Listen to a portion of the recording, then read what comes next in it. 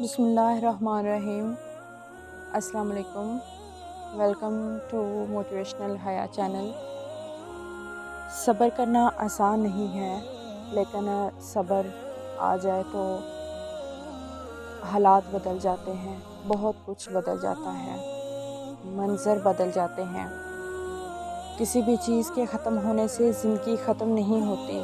ہر بار کسی چیز کے کھونے پر اللہ سے شکوہ کرنے کی بجائے اس کا شکر ادا کرنا کہ اس نے تم سے صرف ایک چیز لی، سب کچھ نہیں لے لیا۔